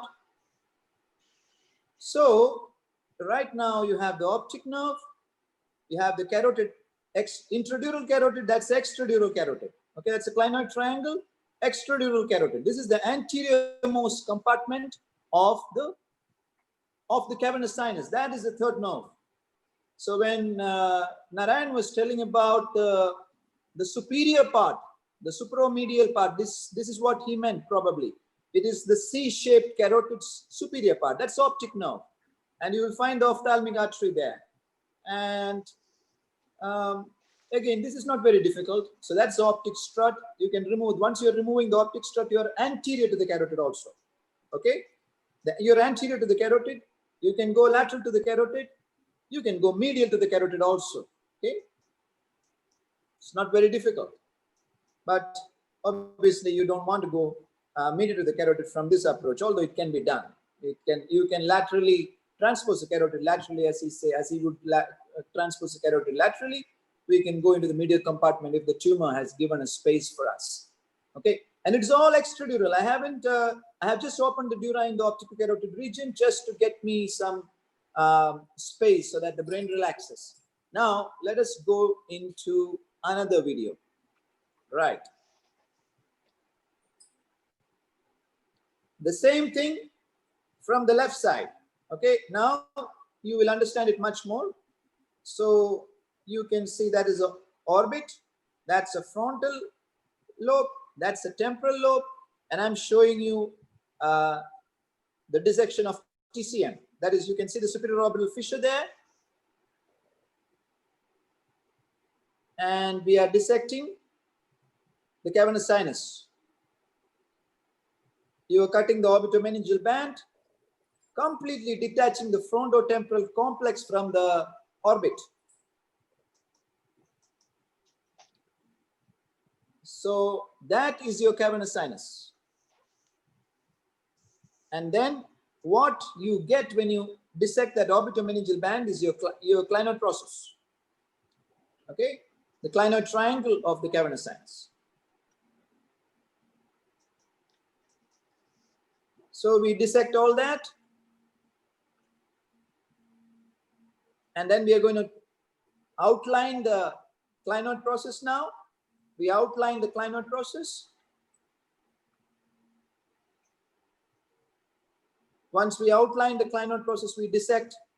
Now we take it off with a punch. I mean, we don't do that in the live cases. You will see how we do it in the live cases. So that is a clinoid triangle of the cavernous sinus. We are taking off the optic strut also, so that you can see now optic nerve, the clinoid triangle, the third nerve there, fourth nerve, V1, all that, right from the optic nerve. I'll show you up to the eighth nerve, okay? And now we are coming behind again.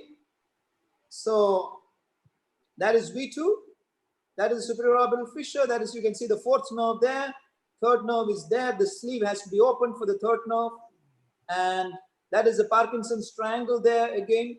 So that's V1, V2, V3, that is your Gazillion ganglion, okay?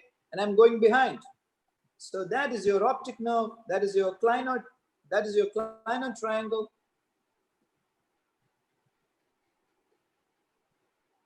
Entire cavernous sinus exposed. Now, we are going inside the Parkinson's triangle and you find the vertical paraclival segment or C5 segment there.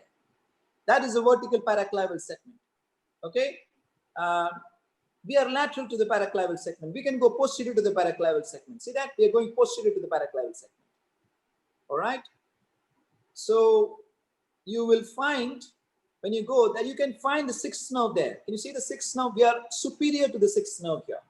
So that is V1, and medial to the V1, you'll find the sixth nerve. And those are the trabeculations of the cavernous sinus. And that is where the sixth nerve would come in from the posterior fossa through what foramen? Homework for you. Okay. So that I'm going to show you the sixth nerve. That is the paraclival carotid. That's a paraclival carotid. The clivus is going to be medial to that. And that nerve there, medial to the V1, is the sixth nerve. I'm going to hook out the sixth nerve. Okay. I'm going to show you the sixth nerve there.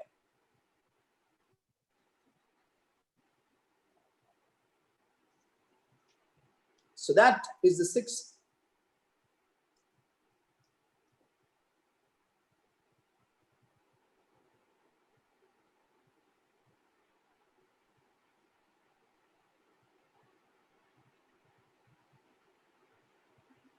Yeah, so I have hooked out the sixth nerve there.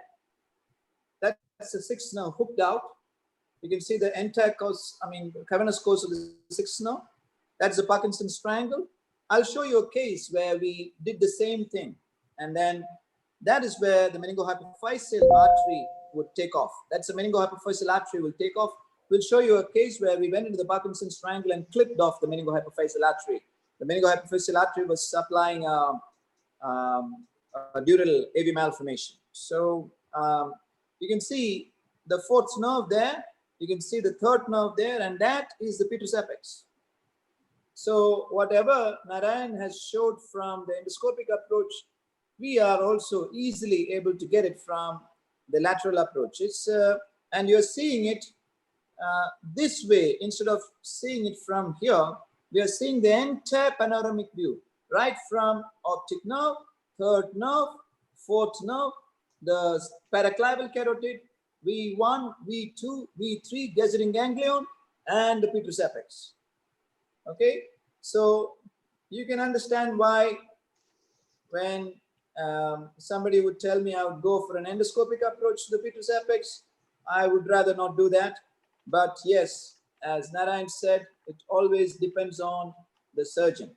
Now, first thing what I'm going to do here is I'm going to drill the carotid. I'm going to drill and define the carotid. That's a carotid. That is a petrous carotid. Okay, that is the first thing that I will do.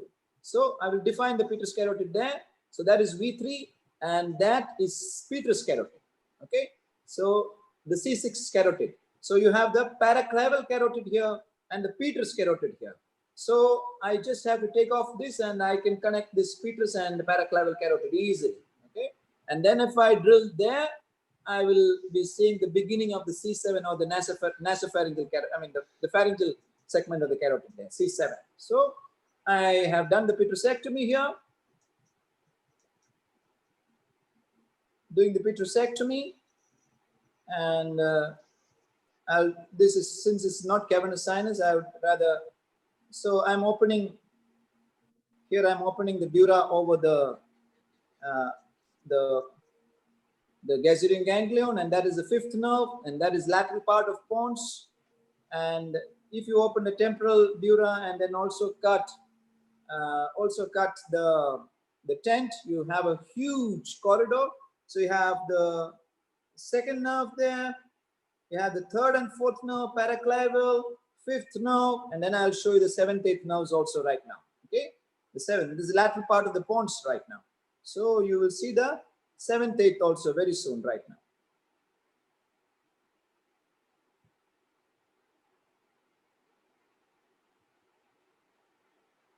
Okay, so you are seeing the fifth nerve now there. You're seeing the entire lateral part of the pons, and that is the seventh, eighth complex. That's the seventh nerve, and that's the Iype loop. Okay, that's the fifth nerve. That is the seventh nerve. Okay, and that is the Iype complex. And you've seen everything from the second nerve to the seventh, eighth complex with this transcavernous approach, right? So let's get into some videos. All right. So this is a paraclinoid aneurysm.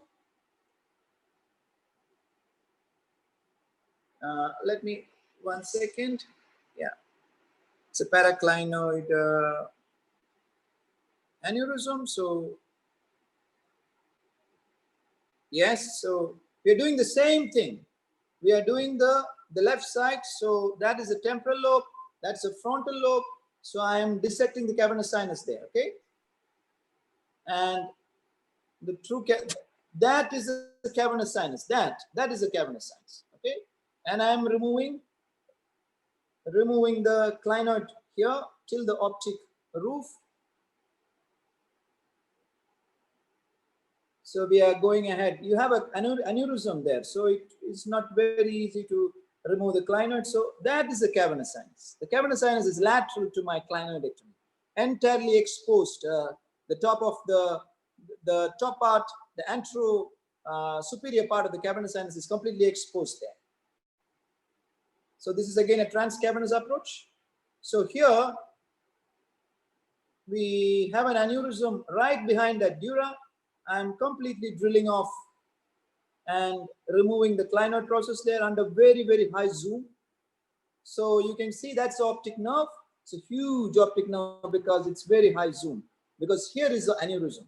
You can already see the aneurysm there. That is underneath the dura, that's the aneurysm. Okay. So we're using a 1 millimeter drill now. And as Narayan said, just painting off the bone from on top. This is a ruptured aneurysm. Okay, it's a ruptured aneurysm. So that is a optic nerve. That's a carotid and the aneurysm there. So I am taking off all the bone from on top of the aneurysm. What saves me here is the dura. If the dura is not intact, I'm drilling right on the aneurysm, which is not a good thing to do. You will see that this is the aneurysm. When I open, this is the optic nerve. This will be the aneurysm. I will show you that. Right. Some of you must be thinking this crazy idiot, what is he doing? But believe me, this is not crazy. This is, if you can do this, if you know the anatomy, you can easily do this. Okay, there is nothing crazy about this. So we are removing entire clinoid process extradurally. Now we are opening. You can see the optic nerve, and that's aneurysm. That's aneurysm. That's optic nerve. That's aneurysm. We were removing the clinoid from here. You see what has guarded me there is the dura. That is the optic nerve. That's the aneurysm.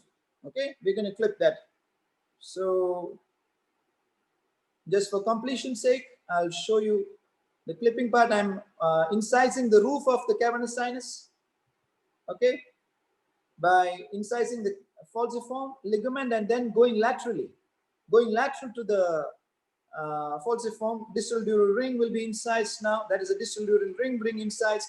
Aneurysm is mobilized now, so I know how to put the clip on there.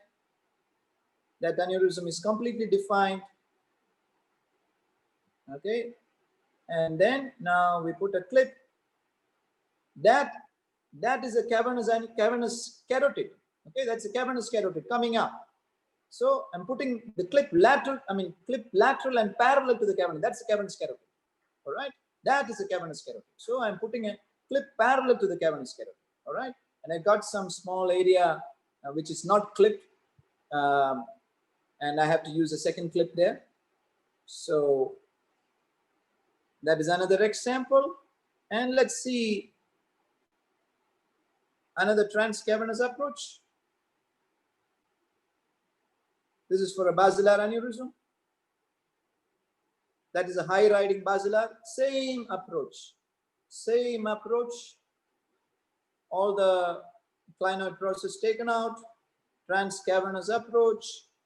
And you can see the clinoid process taken out. You can see the optic nerve there. This is the cavernous sinus. This is the cavernous sinus completely exposed there. Okay, it's a complete transcavernous approach. You can see the V1 there, V2 is, you can see the V1 there, V2 is there.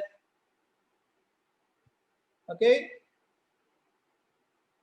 so you can see the transcavernous approach for this. And now the aneurysm, you can see the carotid, we are exposing the PCOM there.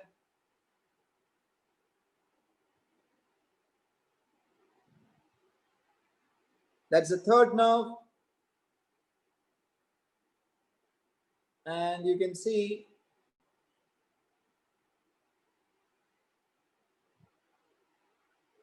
the mammillary bodies. There's a very high riding aneurysm. So we have to go into the mammillary bodies first. Okay, you can see the large PCOM there. You can see the third nerve there. You can see the mammillary bodies there. And that is aneurysm. You can see that's aneurysm. That's a PCOM joining the P1. That's a basilar tip. That's the third nerve. That is the carotid. Okay, and that is aneurysm. That's a wide-necked aneurysm. All right, that's a wide-necked aneurysm. So there's a P2 here. So you can see the angiogram there. You will understand. So you can see that's a basilar, that's a PCOM, P1, that's an aneurysm there, that's a third nerve there. Okay, same thing what you're seeing here. So you can see the PCOM coming in. Okay, PCOM coming in, that's the basilar tip, that's a P2 there, that's the aneurysm. All right. So let's see another basilar. Okay, Andrea Girosa is here. Okay, before another basilar, let me show you some intracavernous surgery. So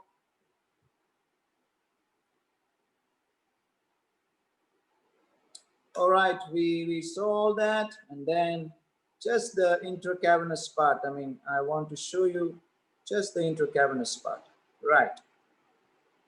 Right, so here we are.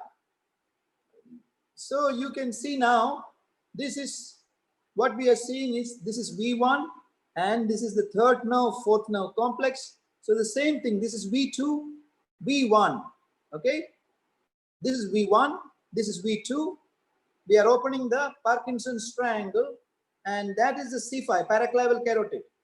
Okay, that's a paraclaval carotid, and the paraclaval carotid is here, and that's a meningohypophyseal trunk there.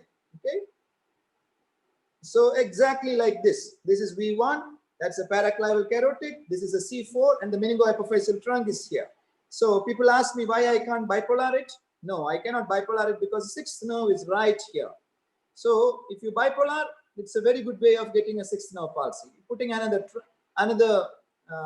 clip on that meningohypophyseal artery, which is quite large, very, very large meningohypophyseal trunk. And then you can see the C5 carotid here, and this is cut off. So you can see the C5 carotid, this is V1, That's a C5 carotid, and the meningohypophyseal branch is cut off. Okay. So that is about it, and I will show you one more dissection of the cavernous sinus. Okay. Live case. So we are cutting the meningohypophyseal artery now. I'm sorry, meningohypophyseal branch now. So frontal lobe, temporal lobe.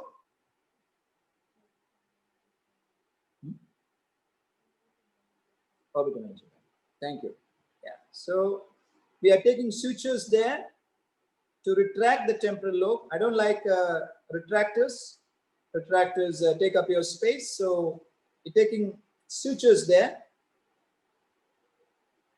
And that is the clinoid process. This is not an aneurysm, so I can just bite the clinoid process off. If I expose it, lateral part can be easily bitten off, and medial part can be drilled away.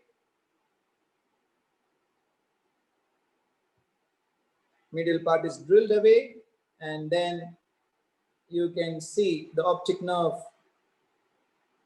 Right underneath, you can see the optic nerve.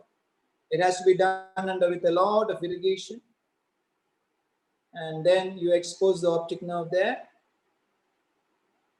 And then lateral to that is your cavernous sinus. So if you think about a cavernous angioma, this is exactly where the cavernous angioma is going to be. This is exactly where your fifth nerve schwannoma is going to be. You don't need to do anything. You just need to do this peeling, and there is your tumor. There is your cavernous angioma. There is your anything which is not coming from medial. For us, this is like Narayan told for him, it's a cakewalk for us. So no bleeding there. You see, no bleeding because the true cavernous membrane is preserved.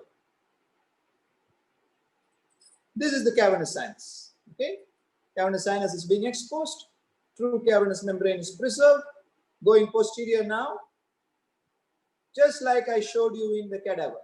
Okay, no difference. We are going into the V2 there. That is a V2 there. I can go all the way like this to up to V. After V2, you will have some venous channels because it's not related to cavernous sinus, but you will have some venous channels. If you have fibrin glue or Sargiflow, this is good. Okay, exactly like you showed in the, that is after V2, you will have some cavernous. This is not cavernous sinus. After V2 is not cavernous sinus. There are some venous channels there, and the TCM is not present there, so there is some bleeding there. So you just need a little bit of Sergi cell there, and that's it. So that's the cavernous sinus. So you want to get your trigeminal schwannomas or anything, this is an easy way of doing it. Okay, no problems at all. So that I want people to understand this, if there is, so that we can have some time. I have taken only half an hour, so I'm going to stop sharing. If there is anything that I need to talk further on, so we are all set. I'm stopping broadcast.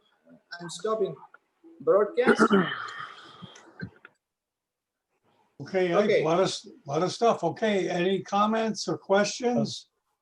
Yeah, actually, it was I'm Dr. Vinod Felix, and it's a fantastic presentation. And it's always nice to have a two different perspectives on the same day for a difficulty like cavernous sinus. So when you have an endoscopic approach, when you have somebody talking an endoscopic approach, another person talking on the lateral approach, then you get a complete idea, 360-degree anatomy of that region. So I think by the end of this day, most of the viewers have a 360-degree idea and anatomy of the cavernous sinus. Having said all that, I would like to summarize certain things and put it across so that maybe Iype sir can comment on those. So if you have a lesion in the midline which spreads laterally to involve the cavernous sinus, it's always better to go from the endonasal perspective.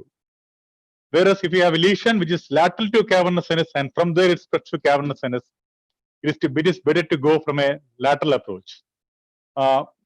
Is that the correct answer? Yeah, so majority of the cavernous sinus is lateral to C3, C4, C5. So 3 parts of the carotid is going to stand in your way from coming lateral. So if you have the tumor always coming from the medial side, the tumor always makes space for you. So if a lesion is coming from the medial side to the cavernous sinus, I would also probably go endonasal. For sure, there's no question about it. I mean, to cross the cranial nerves and come medially, it will be a little bit of a foolhardy thing to do. But on the other hand, if the lesion is in the cavernous sinus lateral to the carotid, I would not go endonasally. Exactly, that's what I would like. Because I mean that's again, I wouldn't say foolhardy, but that would be a lot of effort for and that'll be a lot of effort, a bit of guesswork, while it's rather easy for us. Okay, that's something that I would want to put across. So any lesion laterally, I mean, like a trigeminal schwannoma or a cavernous angioma of the cavernous sinus, anything like that would be much easier to do on a lateral skull base, anterolateral skull base approach. I mean, I completely agree. If it's a pituitary adenoma coming from medial side, no, don't go from lateral side. Learn your endoscopy, take it from now. For the last few years, I'm also doing endoscopy, and I'm understanding that it's a very, very important tool. But you should not be having just one tool. So, I mean, Narayan sang with the endoscope that we are the world. I don't agree that we are the world together with the microscope as well as the endoscope. Okay, so when both of these things combine, it's beautiful. Sometimes we have to go with both. Sometimes there are tumors where we need to go with both, and simultaneous surgery. They're beautiful too. So my point would be to anything lateral to the carotid, it's our terrain. Maybe when you have a petroclival meningioma, which extends to the cavernous sinus sella and laterally, it is always better to come from both approaches. Or do you like to Did you see come by a the complete lateral approach approach? dissection that I showed you? Yeah, I saw that. But what about? So that is exactly where the petroclival is going to be. Okay. So But if you even go then, you will be medial, working between the cranial nerves, right? yeah. Even then, So you'll we be will working. see You'll be working between there the is cranial no nerves. need. Yeah. So the first thing in a petroclival meningioma, sphenopetroclival meningioma, you have to understand is that I mean, the petroclival meningioma, if it is posterolateral, I mean, if it's in the posterior fossa, this is anterior to the cranial nerves. But as it comes sphenopetroclival, then what is going to happen is you're going to have tumor in the Meckel's cave, and sometimes, very, very, very rarely, tumor medial to the third nerve. Tumor medial to the third nerve can be, if you open the oculomotor sleeve, that entire tumor can be got. There's no problem at all. You take the third nerve, open the oculomotor sleeve, and the tumor is right there. And you open the Meckel's cave, you clear out the Meckel's cave. So don't consider the sphenopetroclival meningioma as one tumor. Consider it as 3 tumors. So you have one in the oculomotor. You open the oculomotor sleeve. You open it, and the tumor is there. Then you open the Meckel's cave, the tumor is there. Then what you can do is you could go posterior to the Meckel's cave and lateral to the 6th nerve. There will also be tumor. So you clear out tumor from these 4 areas. Number 1 is open the oculomotor sleeve, Meckel's cave, medial to the Meckel's cave, lateral to the 6th nerve, and the posterior fossa. That's it. So if you do your Petrus apicectomy, then you can do it. I remember doing a petroclival meningioma with you where we went, mastoid, the transmastoid route. I mean, yeah. So that's not how I usually do petroclivals, but that one had a huge component in the posterior fossa. So I mean, in those cases, I would probably think that we should probably combine the pitosectomy. That day we combined the pitosectomy, but we didn't really do the pitosectomy. We probably, because it was a bit too late, so we started off, not really doing the pitosectomy. We went ahead and did it from the transmastoid route. So petroclival meningioma, if you go ahead and clear from these places, and then you have to keep in your mind the C5 carotid and the meningohypophyseal trunk that I showed you. And that is the supply for this petroclival meningiomas, tentorial meningiomas, okay, or petrotentorial meningiomas. The meningohypophyseal trunk is the supply. So you have to get that meningohypophyseal trunk, okay? Very, very important.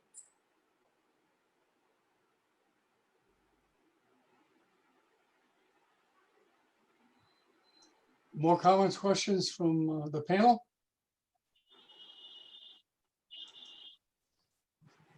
Don't be I think shy. I'm losing the video now. Oh, okay. I was playing a video. Beg your pardon? Oh, I thought you were going to play a video wipe. Okay, any more comments, questions?